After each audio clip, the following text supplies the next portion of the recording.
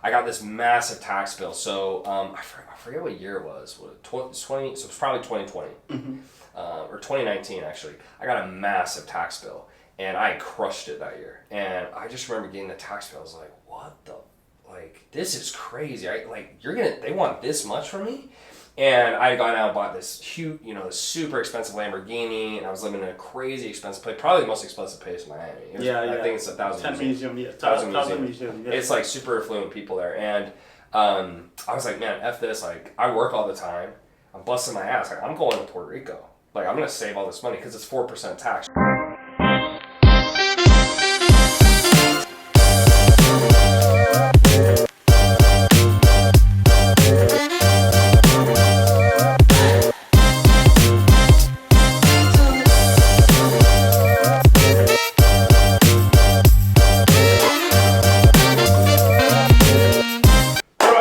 Mohamadi here. Welcome to another episode of the E-Formula podcast. I have a special guest in the house tonight. I have Tanner Chidester. Yeah, welcome to the podcast. Thanks for having me, man. So excited to be here. This is epic. You are actually one of the first people I had in mind when I started the podcast. I'm like, imagine Tanner in the house. The amount of value that people are going to get. Tanner has made over $350 million in sales. With your clients. Yeah, with the clients, yeah. And you personally, in your agency, over 50 million. Yeah. Mm-hmm. In how many years? Just like a little over 4. It's like a little over 4. So the first year we did $1 million, and then it took off like a ship. So If that first year had been more, it would have been probably a little sooner. But this is epic, guys. You guys are getting a ton of value. A lot of the question I'm gonna ask tonight is pretty much something that me personally gonna benefit a lot from. So you guys are really in for a treat. Tanner, it didn't start just like that. You had your moments, the rough path. Yeah. Can you give people a little bit of insight on how everything got started? Sure. The first bottlenecks. Sure. And the beginning of the journey. Yeah. So just cut me off if I go too long. But so I grew up in a family of 7 kids. So I got 4 sisters. I got 2 brothers. Yeah, tons of kids.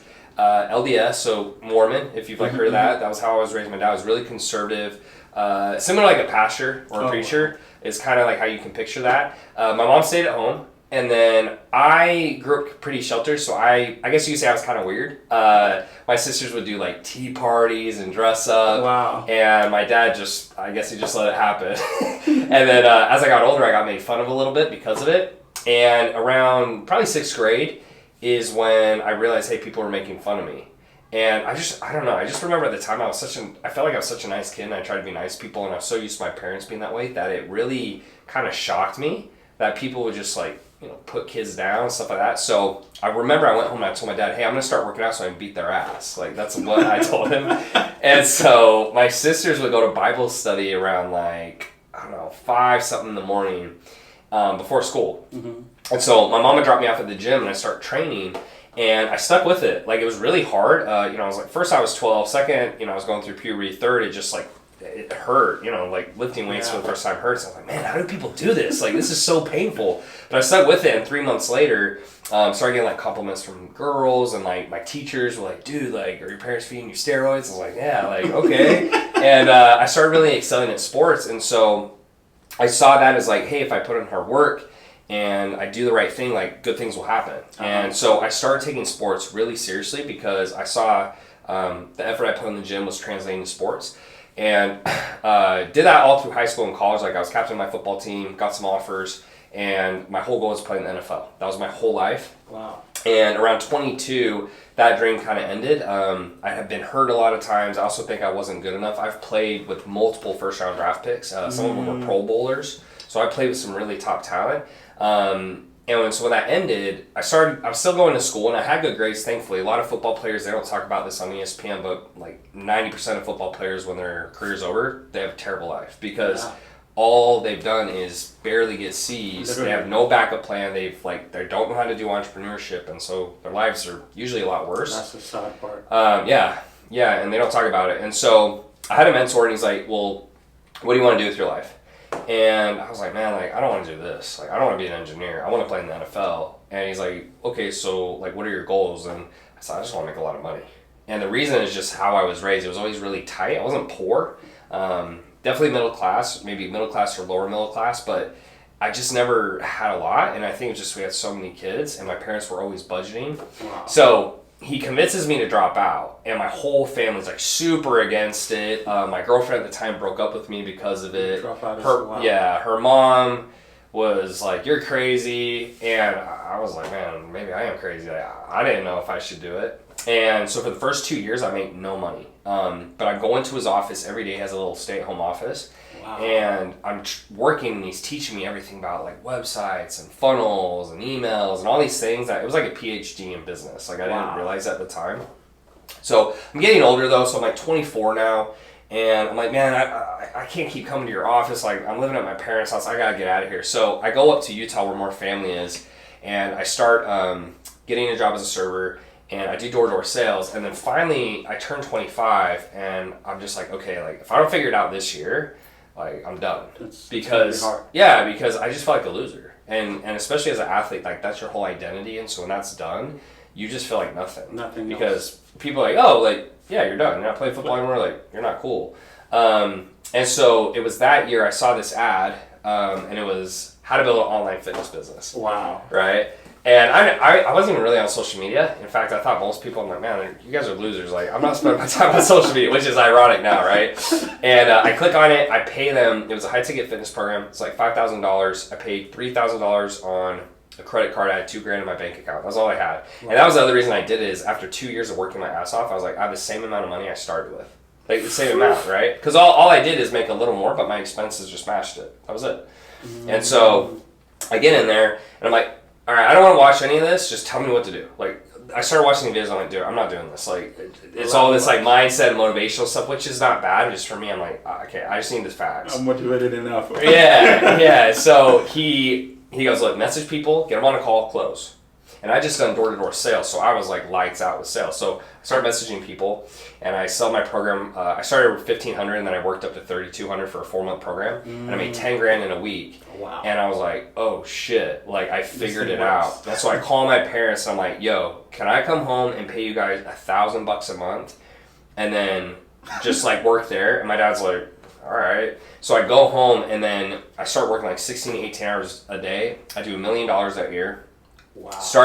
People started finding out about me, so these trainers were like, hey, like dude, can you show me? I'm like, nah, I don't really want to do that. I don't really like business coaches, you know. And they're like, please, like, all right. So I started doing that. Yeah, so I did that, and then we did $10 million the next year, and then more people started asking, and then the next year we did 15, and then, you know, it's just kind of taken off from there. So that's how Elite CEOs was born. Is I started in fitness, and that was my passion, but as I did well, people just asked. And I was like, all right, like, yeah. And when you've done it, you're just showing people exactly what you're doing. Exactly. So that was kind of a long explanation, but that was a journey. This pretty much breaks down the whole thing. You know, now I see you're like really close with your brothers. Yeah. So when you move back in the house, and they were saying that all the things that is happening, your brother did they decide to drop off too, or what happened? So my brothers definitely thought like I was stupid, and like my youngest brother Gentry, like I love him to death, and he's actually matured a lot.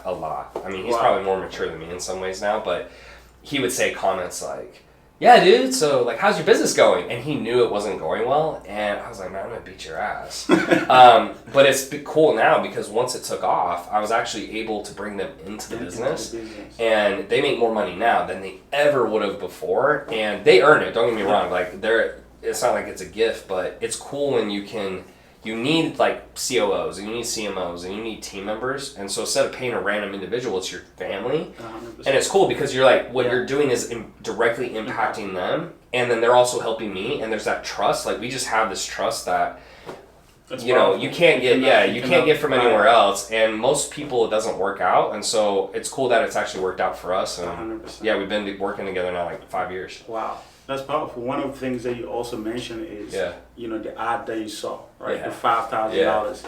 And I believe that you had the confidence to take on that because you was under extreme pressure. You worked for somebody for 2 years that barely paid you anything, Mm-hmm. but what that did for you, it kind of actually give you the mindset.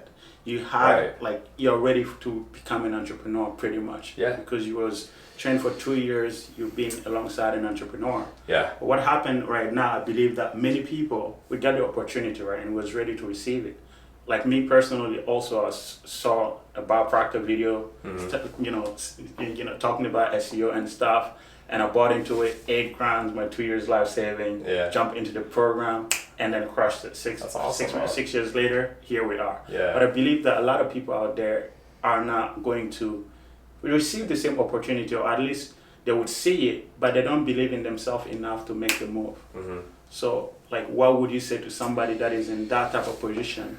Yeah. Like, what give you the courage and and the ability to just be like, okay, I'm gonna take that $5,000 offer. Yeah, I mean, for me personally, I can only speak from my experiences. I was just so sick of it. Like, so when I was 22 and I kind of started, you have to understand my whole life at that point was football. So most people, they're starting at like 18, where they're like, do I go to college? Do I start a business? I didn't really have that decision until I'm 22. And then I started, and a lot of people are like, oh, you're still young. You're good. You don't have to figure it all out. And so I was like, oh, okay, like, so I don't really have to make progress right now. That's why sometimes I don't like people's advice, because they make sounding mediocre or like not doing well okay. And so finally, once I hit 25, I was like, okay, no, they're full of shit now. Like, they're telling me it's okay, but like, I'm 25, like, I gotta figure my shit out. I've been out of high school for 7 years, right? And so I just basically said, look, I don't know what to do. I tried it my way, right? Because at first I wanted to hire coaches. I'm like, you know what? I'm gonna do this on my own, like everything else. Like, I'm the one who got scholarship offers. I'm the one who became captain of the football team. I had straight A's, like all that type of thing. It's a lot of ego. And I didn't realize that I just didn't know what I didn't know. And so I finally got to the point I said, you know what? It's not working my way. I obviously don't know what I'm doing. There's people who are having success. Like, I would see like Billie Jean's ad and other people like that. I'm like, dude, you can't be better than me, right? Not in a cocky way, just like, you can't be better than me, right? And so 100%. I finally just said, you know what, I'm just going to do this. I have to make it work. I just paid everything I had, and I just had the belief. I was like, it's going to work. I didn't even have the thought that it wouldn't work. I was scared, of course. But I was like, oh yeah, like, this is a program. It has to work. And then I just went all in, and I think obviously the door-to-door sales and some of the things I've done in the past helped me. Built you up. But yeah, dude, I just didn't have a choice. Like, I just came to the point where I said, I'm either going to be successful or be homeless. Like, I was willing to be homeless, and there's not a lot of people who will. Like, they'll say that, like, I'll do anything, but they really won't. And I literally would have done anything. So yeah, this is incredible. Just the mindset, mindset of like, venturing out into the unknown. It's like, hey, this is all I have, and I'm committed to this.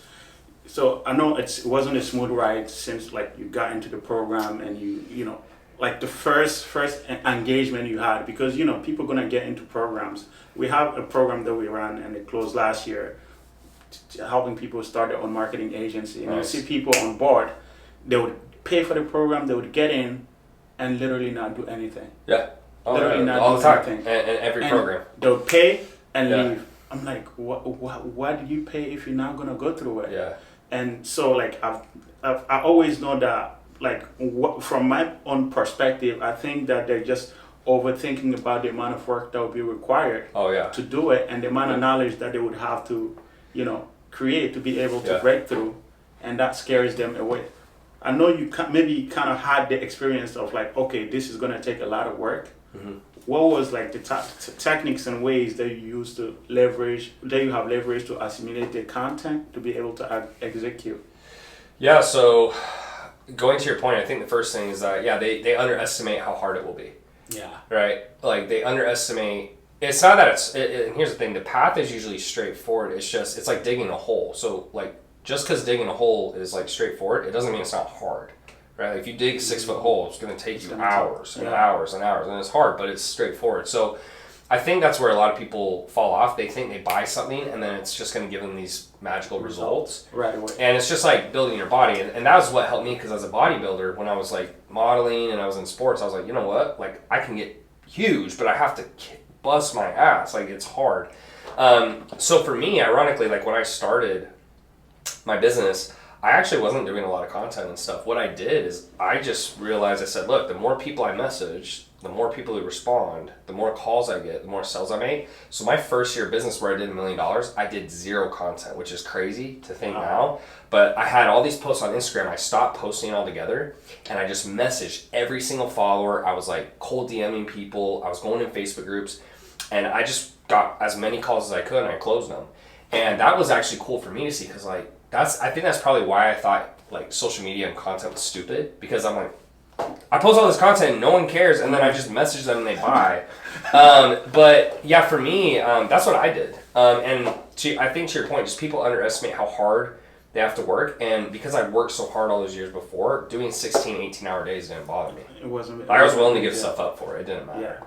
Wow, this is powerful. This is like literally, entrepreneurship. People only document the glamour, the glimpse, the penthouses, the beautiful views. Right. But you don't actually get to see, the hard stuff. I remember like when I started the program was, just came from Africa. My English wasn't that at all. Like, good luck trying to understand somebody that created a course about marketing, right? So I paid for the program. I got in. And I'm like, holy shit, what is that?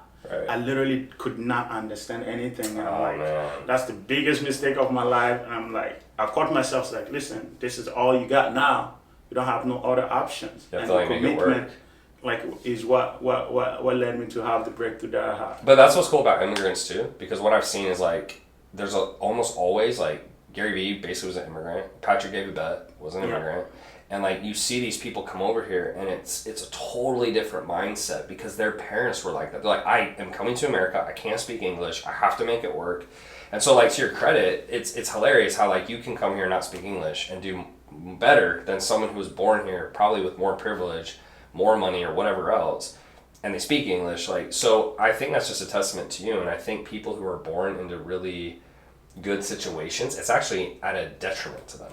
Like I'm glad I wasn't born into like a super wealthy family, because I never would have figured this stuff out, and because my dad would just hand it to me. And I saw that actually because I grew up in a more privileged neighborhood, like, but they would have 1 kid and we had 7. So I felt like my dad was just really good with his money. We weren't like, again, we weren't poor, but we definitely were not like way well off or something. And so I think my dad not giving me stuff, making me work, like all those types of things, it was such a blessing in hindsight, because I hated him at the time. But now I go to my dad and my dad's like, someone's like, what's the best thing your dad ever did? I was like, my dad taught me how to work. Like my dad taught me how to work and he didn't give me anything. And that was a benefit, because when you can't get bailed out by your parents, it forces you. It's like, I'm either gonna have a terrible life or I'm gonna figure it out. And that's like, sounds like what you did. Like, exactly. That sounds like what you did. Literally, what I always tell people, we're not the type of people that wish for like misfortune.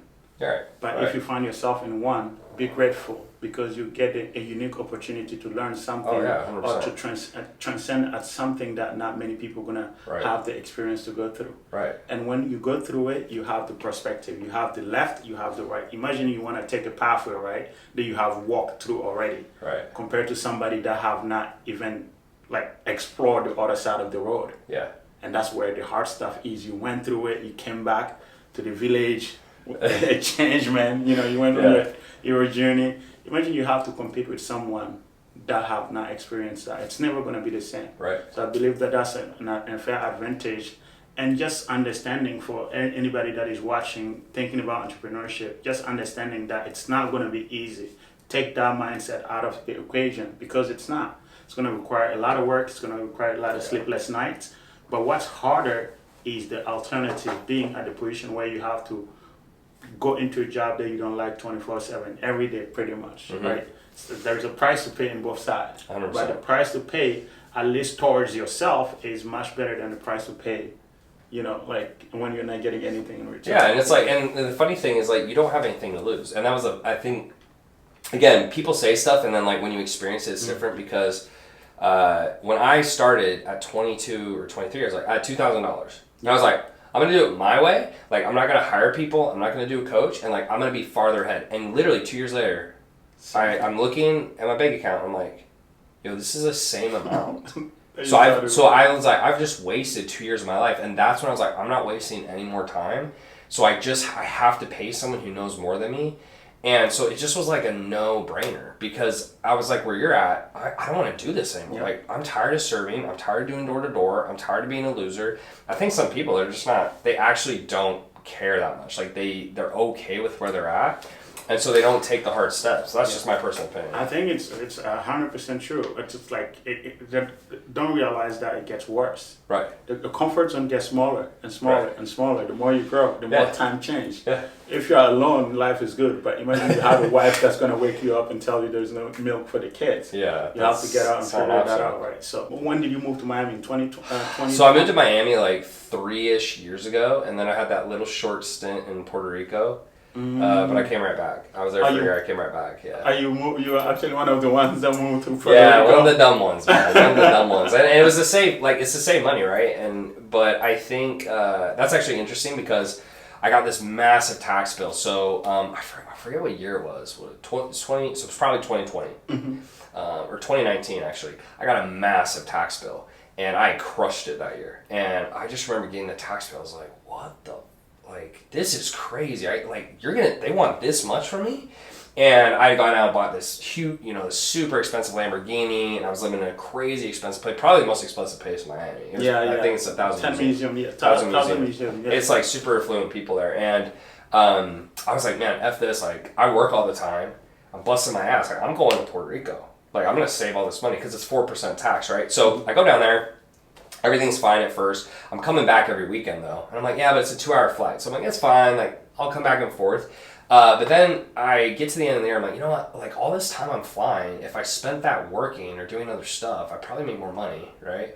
And then you brought him up earlier, but one of my good friends is Alex Hermosi, and he was talking to me a lot. And he's actually really helped and influenced my life because he's like, I look at him as someone who's my age, who's really crushing it, and so we've been able to have conversations. And he just said, hey, dude, look, like, you can stay there and, like, focus on money, or you can come and be happy. Because he's like, why would you want to stay there? And I was like, well, save money on tax. He's like, is there any other reason? I was like, no. He's like, all things were equal, where would you live? I was like, Miami. He's like, then why do you care? Because he's like, it's a bad mindset. He's like, one. That's what I ask, why do you care? Yeah, he's like, because he's like, one, like, you're down here with people who are trying to save, and they're not trying to think bigger. They're not trying to, like, make more. It's like, you need to be around people who are just like, they're going to pay their tax and just make more.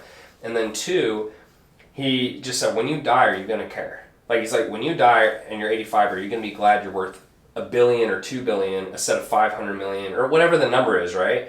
And when he said that, I was like, you're right. Yeah. He's like, you're right, because, it doesn't make sense. And then to really kind of solidify it, I got my tax bill when I was in Puerto Rico, and they're like, oh, so the first year it's 50% at the Puerto Rican level and 50% of your income at the US level, and then you got to buy a house.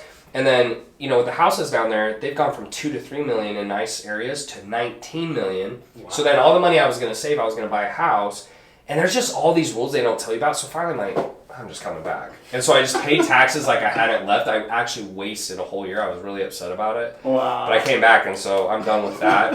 I know a couple people have done it, but it's just not for me. And I don't think it makes sense. That's crazy. So if you was thinking about that, what's funny? The irony is I was thinking about it as well. Yeah. I was thinking about going to Costa Rica. Yeah, kind of the same deal, but just for me, it's just like, if you are going to live there no matter what, then do it 100%.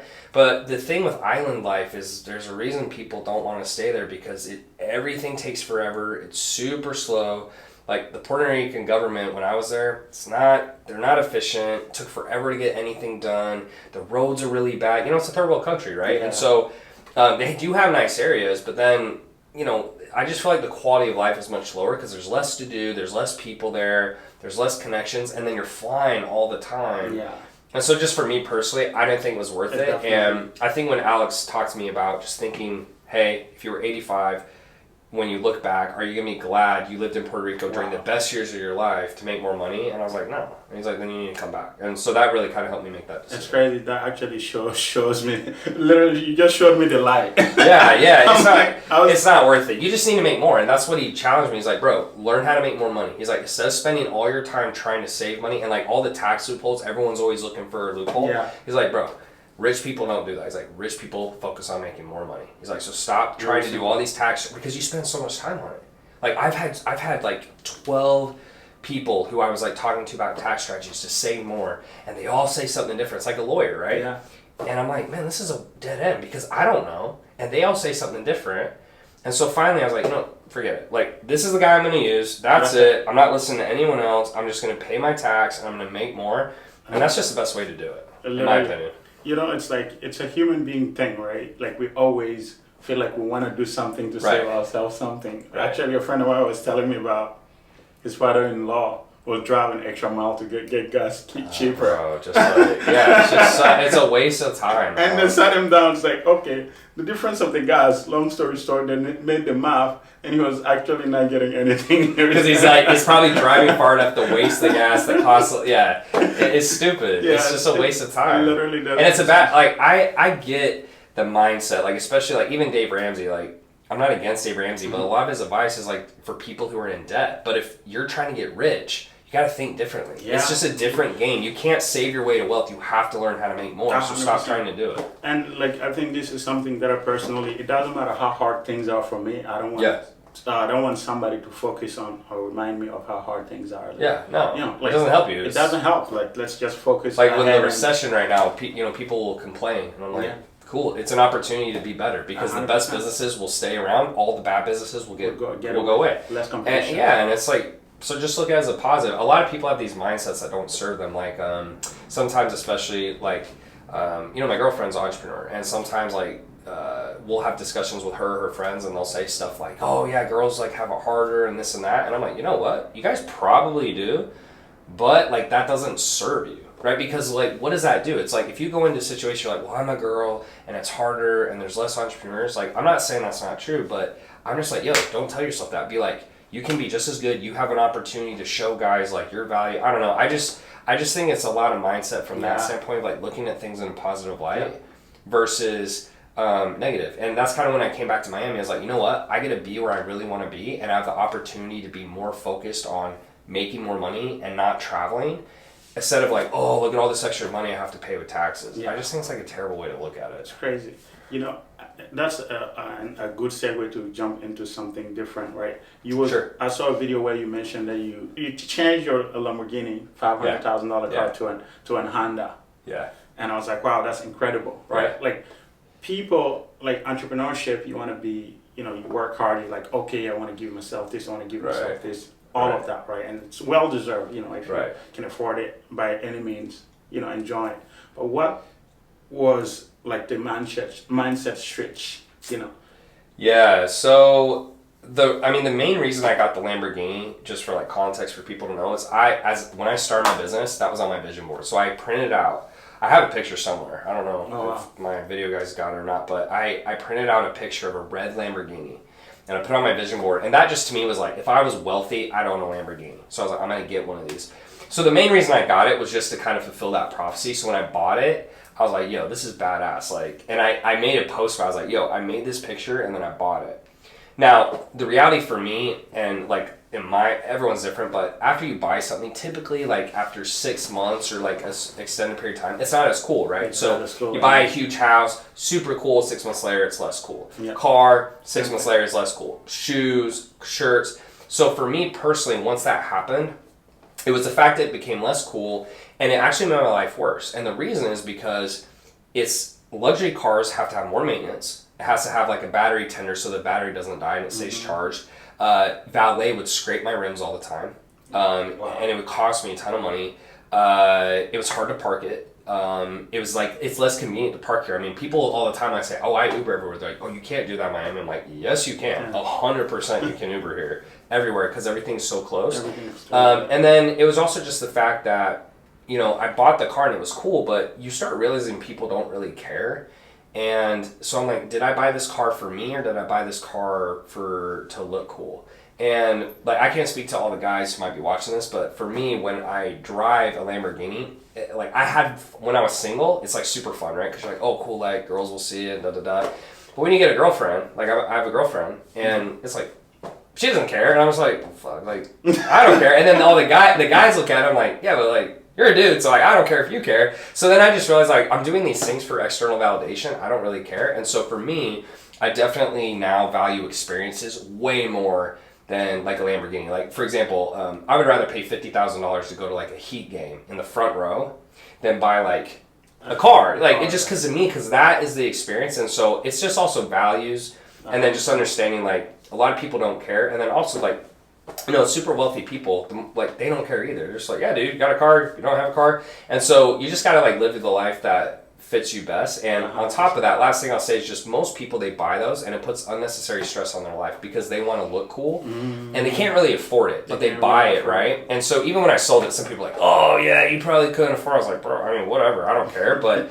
the reality is that for me, it just brought this unnecessary stress in my life. And the whole point of becoming wealthy is to have less stress. It's to have less problems. And I felt like it was like having a kid or a dog. Like, I had to always make sure it was okay and like have it charged up, and I was always checking the rims, and I was like, oh, is someone gonna scratch? Like, I'd be scared someone would scratch it because it's, you know, it's like an expensive vehicle. So, anyways, that's kind of my story at the Lambo. Wow, that's incredible. Another thing that you mentioned is now you have a girlfriend, you have a relationship. Yeah. Me personally, I think that this is the hardest thing to go through, right? Yeah. Like, you know, when you're starting off, nobody knows you, you're just scraping things around to try to figure things out. Nobody want to be with you then. Yeah. But when they get to see lifestyle, they see everything, the success, everything, you get a lot of people just coming in. Oh yeah. And take. you'd have somebody come to visit you, and the first thing they go do is like they go straight out to look at the view. It's like, oh wow, you have a beautiful view. And it's like, okay, you came here for the view, right? And like, okay, wrong one, right? And I'm just doing the math in my head, right? So how did you go by? And I know there's another question on top of that. How did you find like this one? Yeah. So the first thing is, to your point, understanding is like, that was part of the reason I wanted to be successful, because when I was trying to start my business and I felt like a loser. Like, I didn't have a nice car. I couldn't take a girl on a date. Literally, I would work all day as a server. I'd make $100, and then I'd go on a date and I'd spend $100. Wow. It was everything I made in the day, right? And so I was like, you know what? I'm not gonna be successful if I focus on girls, and most girls aren't going to want to be with me if I don't become more successful. Because there is the gold digger thing, right? So people are like, oh, she's a gold digger. But you also have to be fair, where girls, they want to be taken care of a lot of the times. Yeah. Even if they're very entrepreneurial, they have that, you know, normal, that's typically a normal desire they have. And so what I did is, from 23 to about 27, I just focused solely on my business. And then once I became a millionaire, 27 is when I became a millionaire, I actually started dating. That's how I found her. And then I found she was actually an entrepreneur too. So for me personally, every guy's different. I find there's two types of guys. Guy number one, he likes a lot of control. So he makes a lot of money so that he can find a girl who kind of needs him and he can control her. That's how I view it. And I see that's what most guys prefer, in my opinion.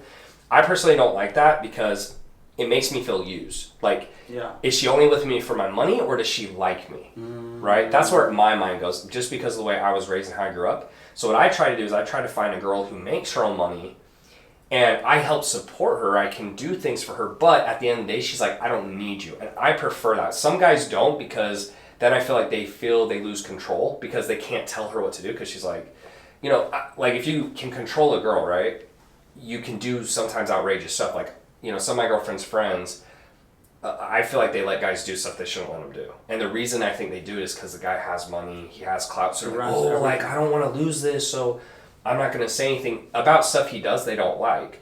With my girlfriend, if I do stuff ultimately she doesn't like she's in a position where she's like, okay, like, I'm good, I don't need you, and she can leave. And personally, I prefer that because then I know she likes me. And I like she's with me for me. So for me, though, I think it goes back to the same thing. Become the person you want to become, and then you will attract those types of people. People, like, you don't have to send all these DMs and do all these things. Dan Bilzerian, yes, he's like way out there, right? He's like playboy extraordinaire. But if you notice, like, he brings the girls come to him. He's not going to the girls.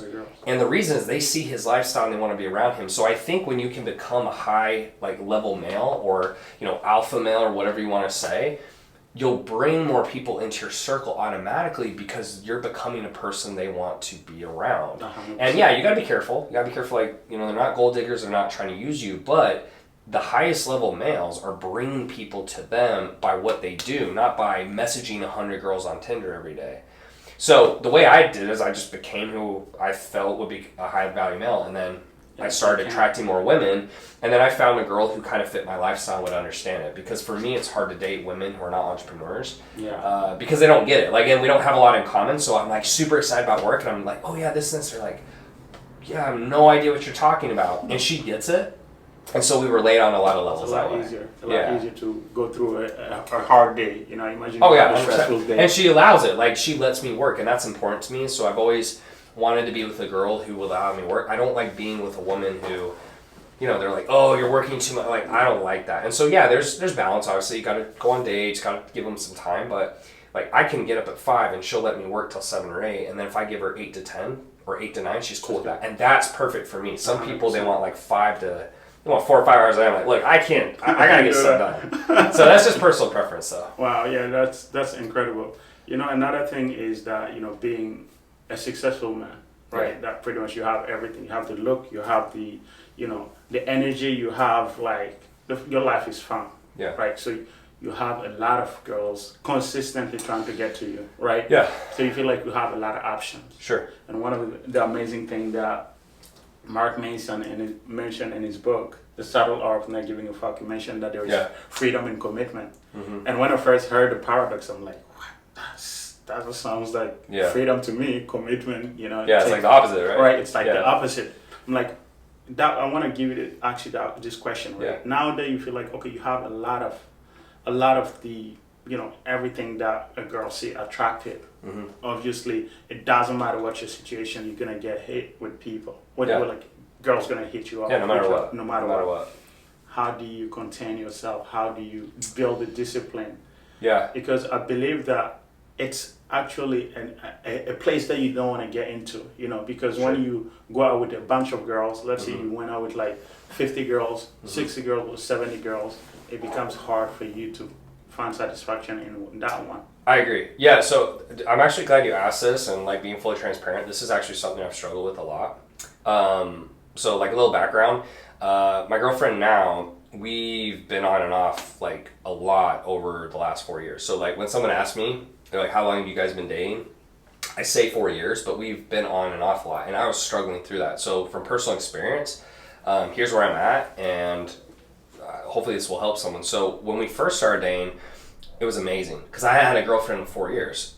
And so we started dating, and like everything was great. It was awesome. And then, you know, like I'd say 3 or 4 months in, I was like, man, like, I don't know, like she's great, but like she's the same girl, And I was like, okay, I'm going to break up. And she probably shouldn't have allowed me, but like we would be on and then we'd be off. Then we'd be on and we'd be off. And when we were off, I would go, you know, start dating a bunch of girls and hooking up and all these types of things. And don't get me wrong, it's fun, right? Yeah. It's like, I equate like, you know, dating a bunch of girls or hooking up to like drinking alcohol, or like, you know, some people, they do drugs, or like they get that quick high, but then it comes down, right? Yeah. And so I would do that, and I was like, man, like there's not a lot of substance to these girls, right? Like we have a great time, but then I didn't want to like hang out with them after. I didn't want to like do stuff. I was like, yeah, like just, you know, you want them to go home. And so the first thing that it took me like 2 years to learn, and it was unhealthy in our relationship, just being honest, like it was. And I didn't treat her the best, and it was the fact that I kept breaking up with her, right? It wasn't fair to her, but I really had to learn after like multiple times of doing that I prefer a girlfriend over being single. Because I think for some guys, you guys rush into dating, or you think you have to have a girlfriend. You don't. If you're not sure, like date around, figure out what type of girl you like, what qualities you like. That's okay. That's actually part of what dating is. So you can, when you find the girl that fits, you'll know it's her. So that's the first step. Now that we're back together, like what you said, and we've been solid for like a year and a half now. Like It's actually crazy because like we had so many problems in the beginning that mostly probably stemmed from me doing that. Obviously 2 people, but a lot of it stemmed from that now that we've been together for this like last year and a half, and it's been super smooth, like night and day difference. Like it used to be super toxic to the point people were like, bro, like you guys need to like split. And now it's like total opposite. And I think it was first coming to that understanding. And I think every guy has to go through it. And if you're not there yet, it's okay. Like girls usually mature a little faster than guys. I think that's just the truth. Yep. They want to get married a little sooner, and you know, some of us don't. And so as a male, you just have to be honest with yourself and just go date for a while until you feel you're there. Once you get there, though, it never goes away. And so it doesn't go away. It never goes away. Like, you're always going to be tempted to have temptations. I don't necessarily think there's a right way to do it. You know, it's 2022 now, and people will say all kinds of stuff. Like, you'll see, like, Aubrey Marcus, he was, like, huge proponent of open relationship. Now he's, like, the complete opposite. You'll see other guys who are like, oh, yeah, I still do it. You'll say some people stay monogamous, some people are just straight up cheating. And so my philosophy is, like, everyone's different. I think it's hard to give people direct advice because relationships, religion, politics, it's, like, it's all out there. But my personal opinion is, like, the best thing is to just always be honest.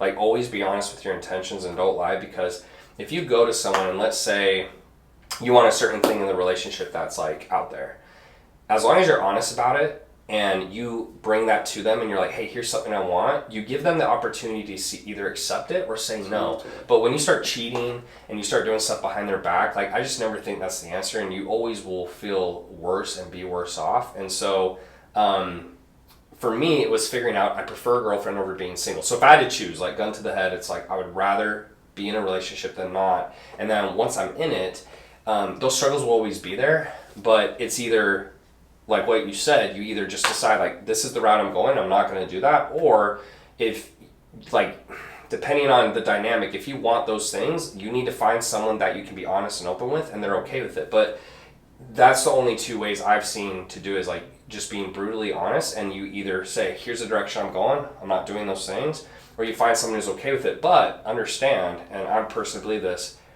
if you do that where there's some type of, like, open component, right, it makes it way more difficult. And so sometimes there's a trade-off, right? So people are like, oh, well, you know, I'm single and, like, oh, I can't date other girls. But I'm like, but there's benefits to that. There's benefits to keeping your life simplistic. 100%. These guys who do open, it may look cool, but at the same time, like, you're not seeing the downside. Like, well, his girl, dude, she's dating other guys. Or it can create all this drama and friction that, like, you otherwise wouldn't have. So 100%. I just bring that up because I know some people, like, they've asked those questions. I asked a lot of entrepreneurs those questions because when I was on the come up, I was like, man, how do you do it, bro? Like, how do you say no? Like, I'm in Miami, there's beautiful girls everywhere. Like, how do you do it? But I think those two things I've learned is, one, being in a relationship for me personally is always better than dating a bunch of girls. And then two, like, just being honest and open. And, like, I think you got to find someone that, like, even if you have struggles, that you can be honest and open with them about, and they'll, like, accept you. And I think that makes all the difference, because 100%. Some guys will be like, oh yeah, I don't have a problem with that, it's easy. And I'm like, I mean, dude, you're a guy. You're a guy, yeah. You know? It's literally, it's like, I see it right now. It's like, I've had some great people in my life that I've, like, literally kicked out just because of that, you know. Yeah. And it's very challenging. So in Miami specifically, I mean, Miami, it's normal literally to, like, go around and just kind of sleep around and cheat. And so I'm not here to judge anyone or tell them how to live, but I think, like, you either have to decide which direction you're going, or you got to be super honest. I don't 100%. Think lying or being deceitful is ever the answer. No, 100%. That's powerful. You know, we really took this to a whole different tangent. Yeah, it's only changed something. Yeah. And let's go back to business. Sure. Now, 5 years later, Elite CEOs have helped a lot of clients. How many clients do you think you have now? So if you count all our products, because some people ask and they'll hear different numbers, but it's like high ticket clients and then total clients. So high ticket clients, we've helped over about 3,000 who've paid at least $16,000. That's the minimum.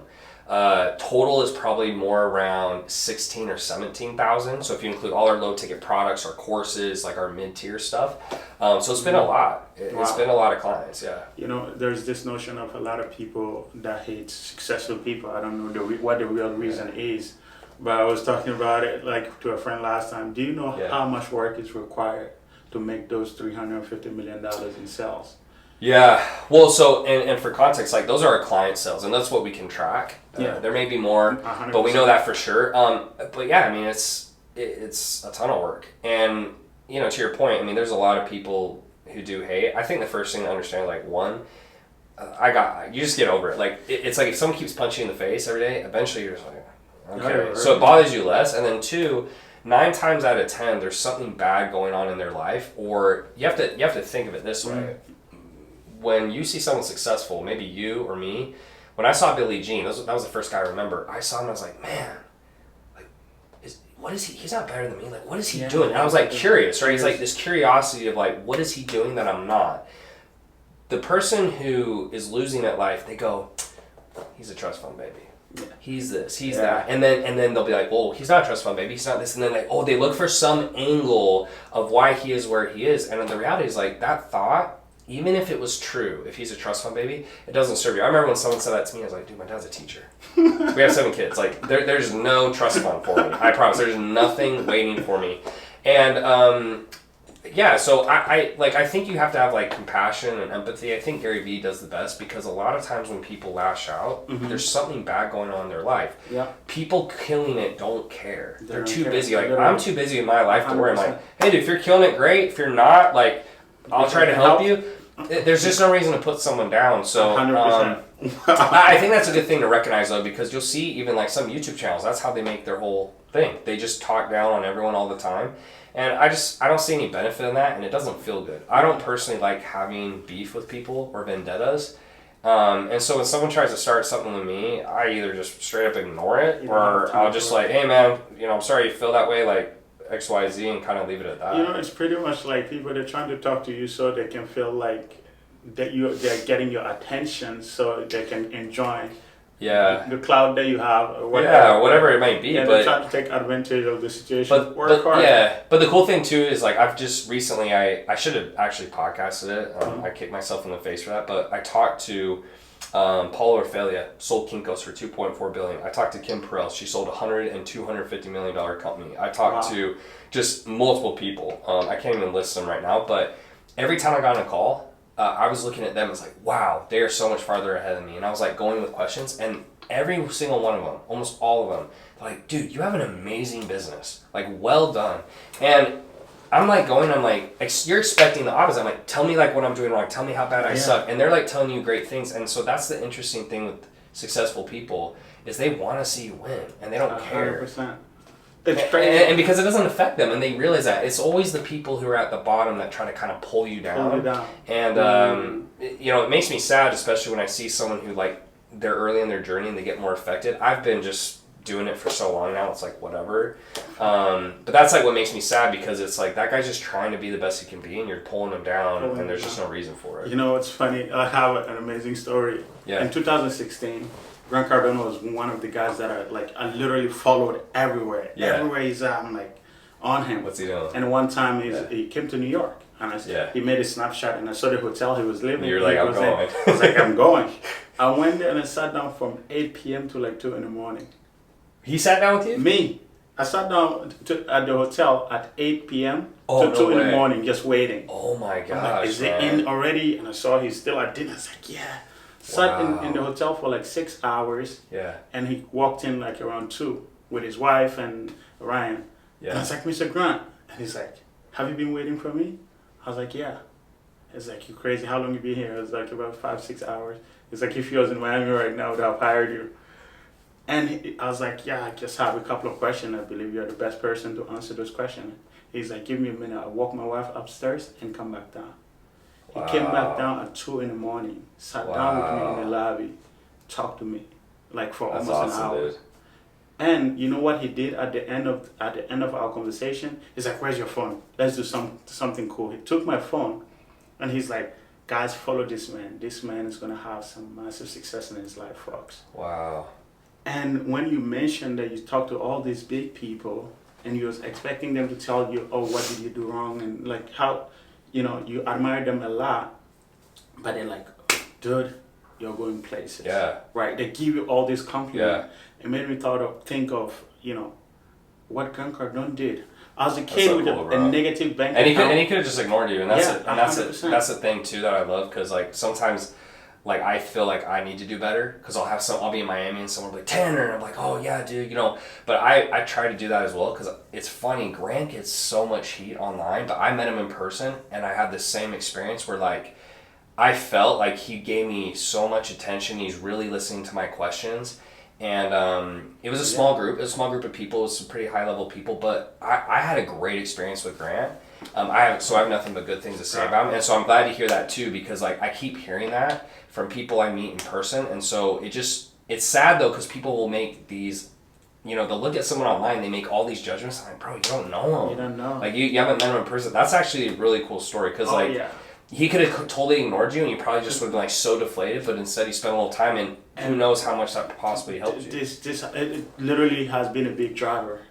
That's awesome, my dude. Success, and I'm gonna have him on the podcast one day and that's badass. And he's literally right up here in Aventura too. And I'm planning some things. Yeah. To like actually meet him, but I want to meet him in the best state possible, so I can really make it a big moment for me and for him as well. Yeah, so it's been epic. That's an awesome story.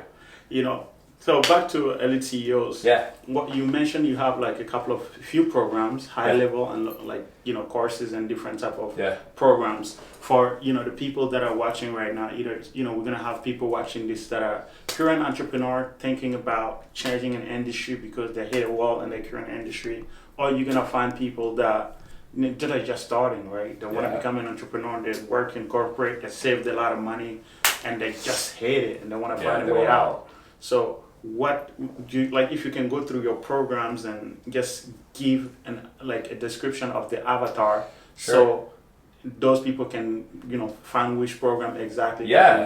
Grab. Yeah. So I mean, we have two main avatars, right? So the first one's obviously the trainers, because I built a big fitness business, and that still to this day we get tons of trainers, and I think it's just because I kind of first put my foot in the fitness industry. Mm-hmm. The second type of person we get is what I kind of call a general business owner. For me, that's just anyone outside of fitness. So I'm like, you're either a trainer or you're a general business owner. So what we specialize in is we help people build out high ticket services. So typically, $1,500 plus. That's like the lowest. More times than not, like $3,000 plus. Typically 3 to 4 month programs. And so if someone were to come in, first thing we help them do is get 2 to 3 deals organically. A lot of people are like, oh, I want to make this, I want to build that. I'm like, dude, you have no money. You need money. Yeah. And they start trying to, it's like Shark Tank. They think they're on Shark Tank where they're going to, build all this stuff and do all these things. Like, no. No. Just sell it. And so when I sold my first fitness program, for context, I started messaging people, got them on a call, closed them, and then I just sent them an Excel sheet. They just paid $3,000. I was like, hey, look, I'm going to build my app. It's not done yet, use this.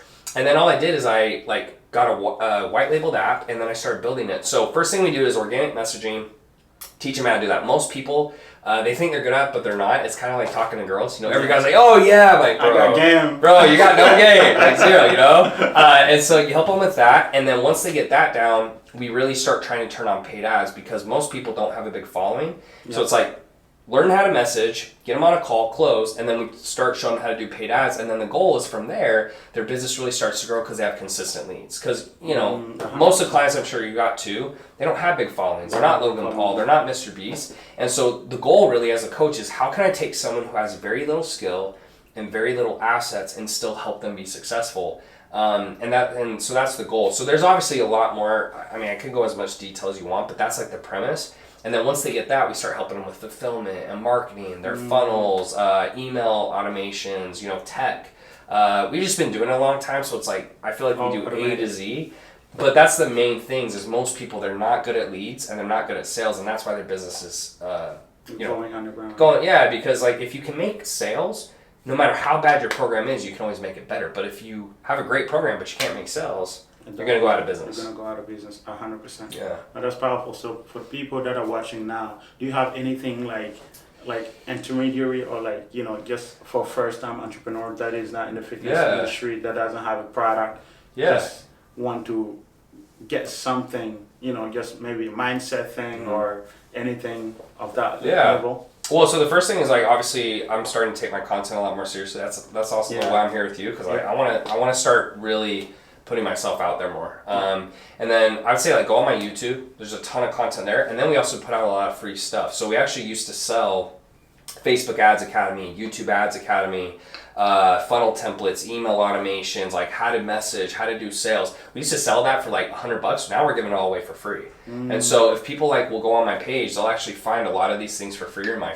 Facebook group. And so if you just start there, it's very specific skills, right? A lot of things I hated about being an entrepreneur when I started was I read books and it was very general. And so I'd read it, I was I'm super motivated, but what do I do? What do I do? And so I try to make stuff that's very tactical. So it's to learn a specific Actionable. skill. Yeah. And so that's kind of what we put out for the beginners. And then we try to just drive a lot of content. It's like my free Facebook group, my YouTube. I'm starting to do a lot more podcasts like this. So if people find it, they can get stuff from the conversations. But yeah, like that's usually what we try to do with beginners. And then the next step up from that is a program we call Elite Launch Academy. It's kind of it's a lower price kind of group program where they can get help with the coaches, but it's just a little bit more at their level so they can take their time versus like coming right into a high ticket, super high cost program. So it's like those two things. Wow, powerful. Yeah. Man, I think we can go all night. Yeah, probably good. a lot of great stuff. Yeah. So let's, wind it down a little bit and just wrap it up. We like nobody was born with the magic switch to get motivated anytime they want to be motivated. I know there's days that you get up, you're like, people know you as a high performer. There's days that you get up and you just don't feel like it. Yeah. 100%. Today was one of those days. And I'll tell people, if somebody tells you they're always motivated, they're lying. There's nobody like that. Sometimes you're gonna wake up and you just want to just chill on the couch and eat some Doritos or something. How do you handle those type of days? Yeah, I think it's just keeping the end goal in mind. A lot of people, they focus on the destination, but it's really the journey. And what makes the journey worth it is the hard stuff. Like, think about it. Like, if life was always easy and you were always happy and things were always good, you couldn't, like, feel joy. And on the vice versa, if you were always sad and things always sucked, like, you couldn't really feel happy. Or I think I'd flip that around, depression and joy. You get what I'm going with. But the point is, like, you do things even when you don't feel like it, because that is what makes it worth it. Yeah. Right? So, like, when I made my first million, I just remember, man, all the time, all the effort. That's what makes these moments so big. Special. Yep. Yeah, because if, like, it was just handed to me and, oh, my dad gave me $1 million, I'm a millionaire, there's no weight. It doesn't carry it. It's the same thing with relationships. Why are people who've been in a relationship for 70 years, why is it so, like, passionate? Because they've been in it for 70 freaking years. Yeah. It's like all that time and effort and commitment. So I mean, that's to me what keeps it going. And then the fact people count on you. Because when you're a solopreneur, like, most people watching this are still solopreneur, but when you have a team, my team counts on you. Yeah. And if I, like, Grant Cardone, like, bro, if he shut his stuff down, he'd be fine, but all these people count on him. And so I look at it as, like, my responsibility to wake up and be my best every day because people count on me. And it just, I love to grow and I love to be, like, I love what I'm doing. I want to be the best I can be. And it's just because we're only here for a short time and a lot of what we do doesn't really matter in the grand scheme, right? Like, Betty White died a few months ago. I haven't heard her name since. Right? And we're going to be just like that. 100%. We're going to be just like that. 100 years from now, no one's going to know who we are. And maybe if they still have YouTube, they're watching us on YouTube. But the point is, like, you should wake up and be excellent every day because we're only here a short while. And I just, why would you want to live any less than that? Like, literally doesn't make sense. I have like a really fun saying, right? Live your life like you're in a movie. And you're the movie star. Right. And you're the movie star. Imagine you're going to tell your life. Your kid's gonna turn on a movie about you to your grandchildren. Yeah. What would you want the movie to be like? All I want my movie to be is I'm not, like, super religious, but in the Bible they have this story of the talents, right? So Jesus gives 3 men, I believe it's like 1 talent, 5 talents, 10 talents, and 2 of them come back and they doubled it, right? And he's like, "Good job, like, you guys crushed." That's not really what he says, but I'm paraphrasing. Yeah. But then the one guy holds it, right? And Jesus is like, "Man, like, why didn't you do anything with it? Like, I gave you this talent, you didn't do anything." And he was so scared of, like, losing it that he just held on to it. And so when I'm 85 or I'm about to die, I hope I get to, like, 80. If I get to 80, I'm good. That's what I tell my family. 80, I'm good. 80, we're good. Like, I just hope that I can look back and be like, man, like, I maximized all my talents. And I want my family and my kids to be like, Dad, like, did everything he did. He did it. He left it all in the film. Because that's all there is. It doesn't, and that's the thing. It doesn't even matter if you become successful. It doesn't even matter if you become a billionaire or a millionaire or whatever your goal is. All that matters is, like, you put forth your best effort. And I'll leave off on the note. When I couldn't play football anymore, that was one of the hardest, like, times of my life. Wow.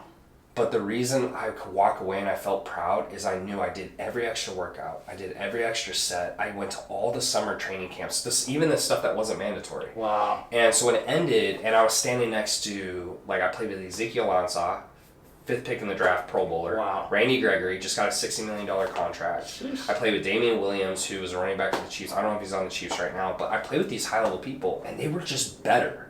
But I was like, I outworked all of them.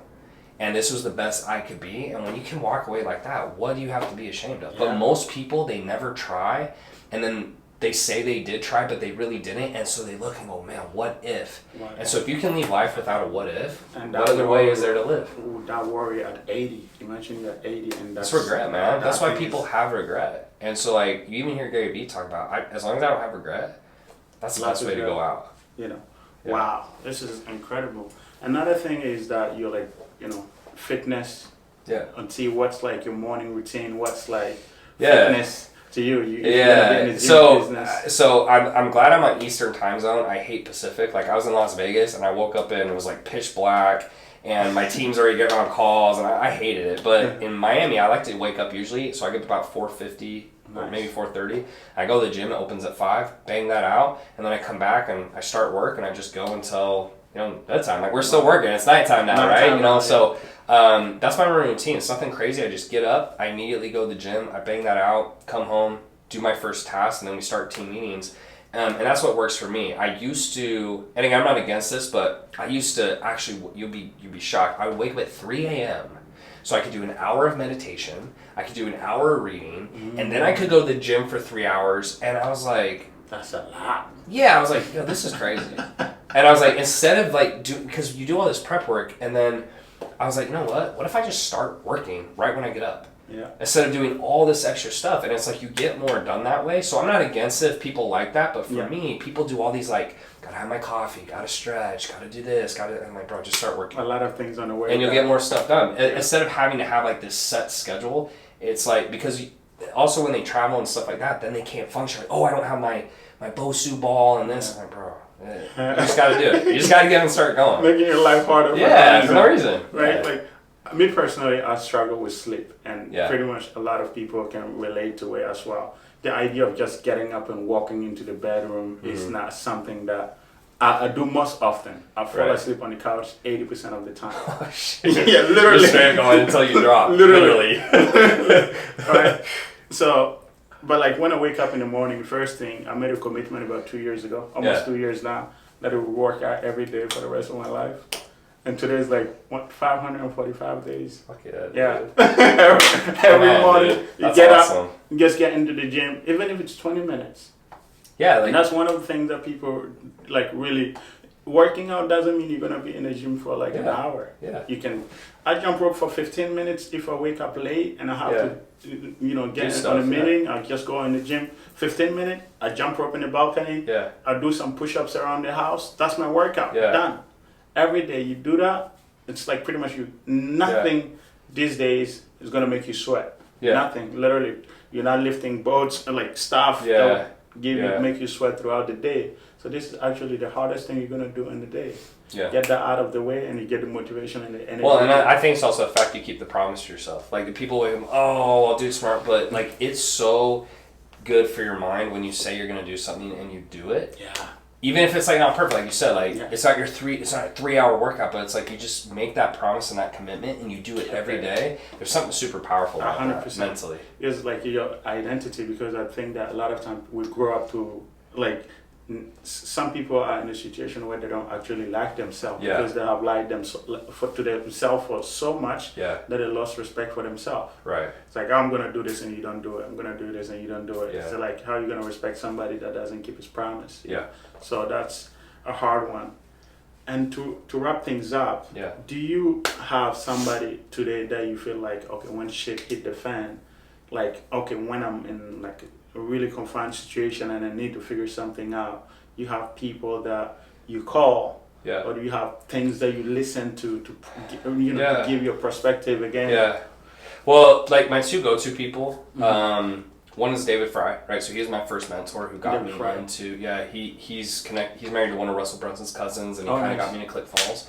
And then, like we were talking about earlier, Alex Mohamadi, he's become a really good friend of mine, and I always feel like I can ask him stuff. I never like go over the top. Like, we're both busy guys and we got stuff going on, but I always feel like he's helped me with big questions in my life recently, and he's always kind of there to give me advice. We don't always agree, but that's the cool thing is like I like people who kind of tell me what they think and how it is, and he's been a big influence on my life in a lot of positive ways. And then from there, like, I have people in the networks I can reach out to, but a lot of times between those two, like that's all I really need. Those two guys really help me. So Powerful. Let's go to books. Books that have influenced you. Do you think that every person watching right now can benefit a lot from? Yeah. Like what my favorite books are? Yeah. So I got like a whole list. Okay. I think, so the first book is, I know this is popular opinion right now, but the $100 Million Offers book, I think, Alex, right? You got it, right? Yeah. It was written so well. Oh, it's just the way he wrote it. Like, so I made a book, mine's called Infinite Income, but I felt after I read his book, dude, I didn't do a good job on this. Like, I could have done so much better. He set the bar so high, and I think he made it so simple for people to understand. And when I read it, I was like, man, that's great. Like, it was on one thing. It was like one little thing. Mm-hmm. So I think that's a great book. I really love High Performance Habits by Brendon Burchard. Because it talks about people who like are really successful and how they kind of struggle to balance their life or like always strive for more. And so he kind of talks about like that balance. That was like a really influential book for me. Man, there's like I actually like so many books on here. Another good one is Measure What Matters. So it talks about OKRs, the founders of Google. A lot of great books by Gino Wickman about all things like operations. You got High Output Management, great book as well. But I don't try to read too much, because sometimes what happens, you consume, you never implement. So just to make sure when you read, implement before you start consuming more. But I would say like those are books off the top of my head. If I pulled out my like Audible list, I could probably be like this one. But those are like the ones that come to mind right off the top of my head. Wow, that's powerful. Every time that I ask somebody, because I'm actually a big reader, I read a lot of books. Yeah. So I'm always happy to have like a book that you suggested to make me feel good about myself. Yeah, you're like, I got all those books. I have this. So to wrap up, I have a habit, like something that I do on the podcast. Yeah. I think that there is nothing more valuable to me personally as far as items, than books. It's always been my prized possession for a long period of time. If somebody asks me, can I have your book? I'm like, no, I can buy you one and send it to your house. Nobody can get my books. But I recently decided on my podcast, every guest that comes to the podcast, I'm going to give them access to my library. Awesome. So they can pick up any book that they relate to with the most. So you literally let me take any book I want. Literally, there's some here. Bro. I have another collection right here. Dude, I love it. And I have more on this side also. So shoot. Man, do I pick right now? Literally, anything. All right, so anything. I read this. So that was an amazing book, by the way. I actually loved it. Epic. It was right before he kind of did the slap thing, but he's still the man. This is a new one, I think, 12 and a half. 12 and a half, like Garvey, How new is this? Is this the newest one? It's the newest one, the latest one, yeah. I kind of want to read that then. Yeah. I know Atomic Habits was amazing. Hold on. It's because I read so many books too. I kind of want to Never Split the Difference. That's actually another good one. Yeah. That's a really good one. Just because I haven't read it yet, I'm gonna steal Gary Vee. Like I like to read all this stuff. Yeah. I haven't read this one yet, so I'm gonna steal this one. That's literally the new one. I'm gonna read this. Nice. Amazing. Oh man, dude, thank you so much, bro. That's actually fire. Best podcast ever. Make sure you follow. Thank you for coming. Yeah, man. Epic. I'm glad we got to do this. It's fun. Let's do another one sometime down the line. 100%. And keep it going. All right, brother. Peace. See you guys. Guys, if you have not subscribed to the channel, make sure you subscribe. If you're listening to the podcast, you can go on YouTube and look for Tanner and Mohamadi's interview, and you're gonna see it. Make sure you subscribe, share the video with anybody you think can benefit from this as well. Comment if you have a question, and we'll see you guys on the next episode. Take care. Bye bye.